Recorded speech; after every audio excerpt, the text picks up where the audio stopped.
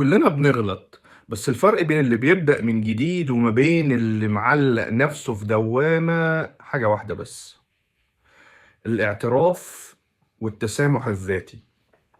سيدنا آدم غلط وإبليس كمان غلط، ولكن النتيجة كانت مختلفة تماما. سيدنا آدم اعترف بذنبه واستغفر ربنا سبحانه وتعالى قبله ورفع شأنه. إبليس أنكر واستكبر وعاش دور الضحية، عشان كده هيفضل في الضلمة طول حياته. كل واحد فينا عنده نفس الموقف كل يوم، والقرار ليك.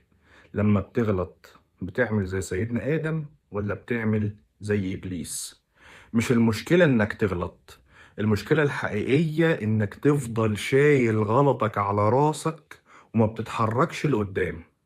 رمضان أنسب فرصة إن أنت تعمل فيها تخلية للذنوب، للندم، لجلد الذات اللي شاغل نفسك وشاغل بالك طول الوقت. ده أنسب وقت إن أنت تبدأ وتسامح نفسك على أي حاجة كنت عملتها قبل كده، وتبدأ خطوة جديدة في رمضان. ضربة البداية.